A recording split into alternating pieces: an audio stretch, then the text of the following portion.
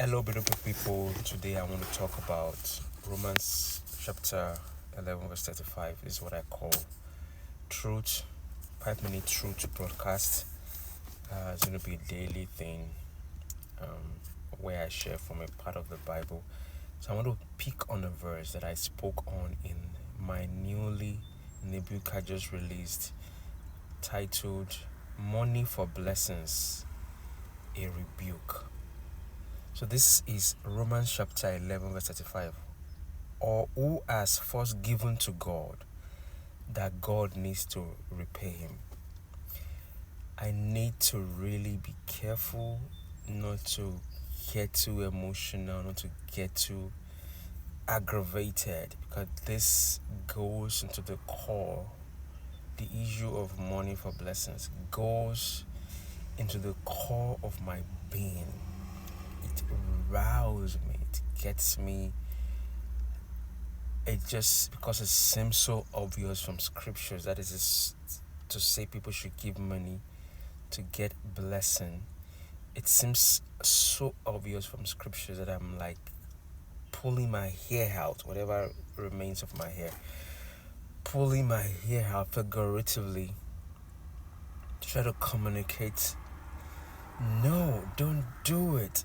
It is so wrong on so many levels. So that's what the book is about, just to show the many levels where the concept, the idea, the approach of saying people should give money to receive blessing, and the retort sometimes is,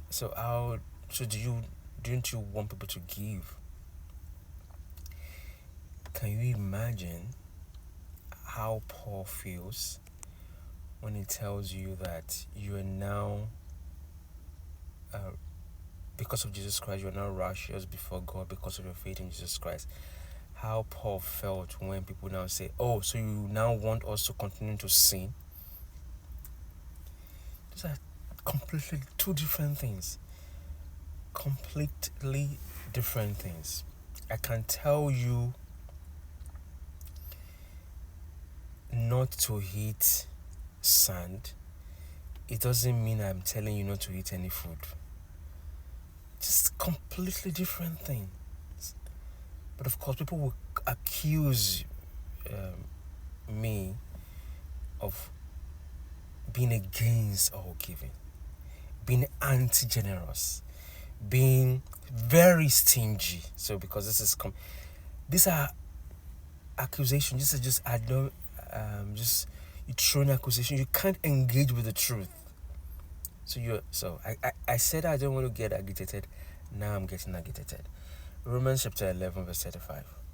Or who has first given to God, that God needs to repay him. That's the whole concept of this money for blessings.